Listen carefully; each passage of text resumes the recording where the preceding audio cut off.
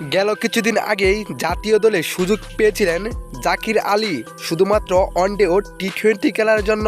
তবে এবার দর্শক সবাইকে চমকে দিয়ে টেস্ট ক্রিকেটেও পা রাখতে যাচ্ছেন জাকির আলী, যেখানে আজ ভারতের বিপক্ষে প্রথম টেস্টের একাদশ ঘোষণা করেছেন বাংলাদেশ দল, যেখানে নতুন মুখ হিসাবে যোগ হয়েছেন জাকির আলী, যে কিনা কিছুদিন আগেই জাতীয় দলে সুযোগ পেয়েছিলেন শুধুমাত্র ওয়ানডে ও টি-20 খেলার জন্য।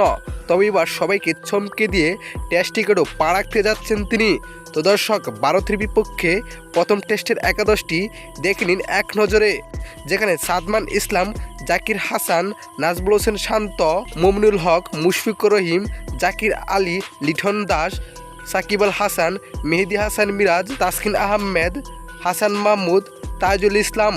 তো দর্শক, ভারতের বিপক্ষে বাংলাদেশের প্রথম টেস্টের একাদশটি আপনার কাছে কেমন লেগেছে জানাবেন কমেন্টে।